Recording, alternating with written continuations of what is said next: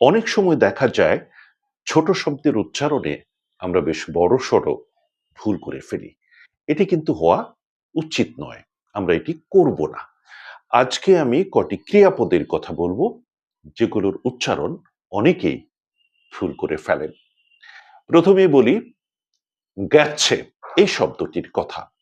শুরুতে একার থাকার কারণে অনেকেই উচ্চারণ করে থাকেন গেছে। কিন্তু এই গেছে হচ্ছে ভুল উচ্চারণ। এটি করা চলবে না। আমরা উচ্চারণ করব গেছে। তাহলে সেটি সঠিক হবে, প্রমিত হবে। একইভাবে গেছেন আমরা কোনো অবস্থাতেই গেছেন বলবো না। তাহলে ভুল হয়ে যাবে। আমরা বলব গেছেন।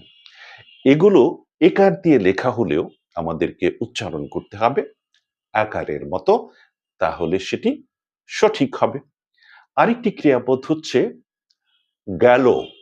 এটিকে একার থাকার কারণে অনেকে পড়ে থাকেন বা উচ্চারণ করে থাকেন গেল। এটি সম্পূর্ণ ভুল উচ্চারণ, আমরা করব না। আমরা বলব গেল, গেল, হয়ে গেল, পড়ে গেল, চলে গেল। এই গেলতেই বেশি সংখ্যক ভুল করে থাকেন। আমরা এটি করব না।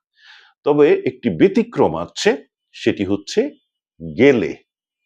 তিনি চলে গেলে, তখন কিন্তু আর হবে না গেলে হবে না। তাহলে আবার সেটি ভুল হয়ে যাবে। তখন হচ্ছে গেলে, সেটি উচ্চারণ করতে হবে।